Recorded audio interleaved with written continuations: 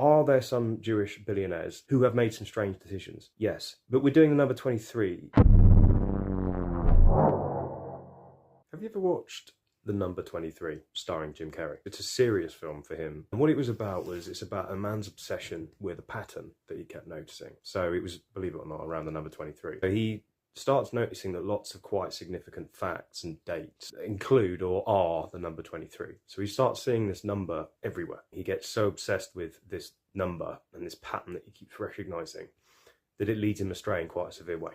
I'm going to link that in now with some conspiracy theories and ideas that are becoming quite mainstream, and also some of my own content. Correlation isn't the same as causation. We are starting to enter into a state of generalization. People with different identities are starting to blame other cultures and identities and factions for stuff that isn't really their fault. Now, one of those that I keep noticing, and I've been privately messaged about for my opinion on it, is Jews.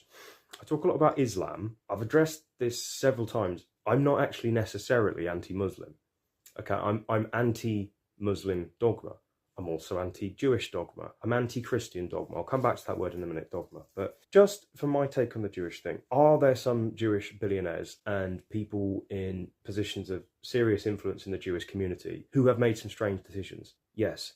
But we're doing the number 23 a little bit, surely. There's lots of very strange and malicious Christian billionaires. There's lots of very strange and malicious Muslim billionaires. Why are we suddenly focusing exclusively on the Jewish ones? Oh, but have you read the Talmud? There's some really there's some fucked up shit in the Bible, mate. The Bible teaches you to hate gay people. You know, there's definitely some fucked up shit in the Quran. Which brings me back to dogma. Okay, learn that word, learn what that word means, because it's at the root of a lot more problems than we're talking about at the moment. Dogma is parts of a belief system that hasn't kept pace with modern ethics, okay, and things that we can see now aren't right, even if a holy scripture tells you they are, okay. It's like I said, it's stuff like hating homosexual people, it's stuff like stoning them to death, it is things like you should kill and burn the skins of non-believers. Okay, that's a dogmatic part of an otherwise perhaps quite positive belief system. There's a whole other conversation there about deontological ethics, which is what all this, you can frame this under as well. Deontology versus utilitarianism. This is why I talk about utilitarianism as much as I do, because the question that then gets asked is, well, if you take a religion out, what do you base your morality on?